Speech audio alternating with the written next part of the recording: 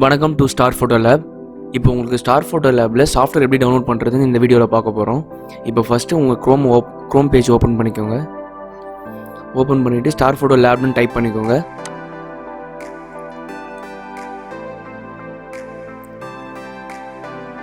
Type பண்ணிங்கன்னா star photo lab album solution கம்பெனின்னு இருக்கும். அதை கிளிக் பண்ணிக்கோங்க. கிளிக் பண்ணிங்கன்னா உங்களுக்கு இந்த பேஜ் காட்டும். அந்த பேஜில் விஐபி கார்டுல போங்க. விஐபி கார்டு உள்ள போனீங்கன்னா கீழே ஸ்க்ரால் பண்ணி வந்தீங்கன்னா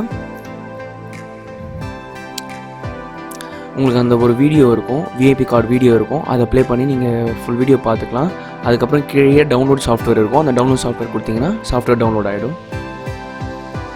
இந்த மாதிரி ஃபைல் வரும், விஐபி ஆல் ஃபைல்ஸ் அப்படின்ட்டு. அதில் டவுன்லோட் கொடுத்தீங்கன்னா டவுன்லோட் எனிவே அதை கொடுத்து டவுன்லோட் பண்ணிக்கலாம்.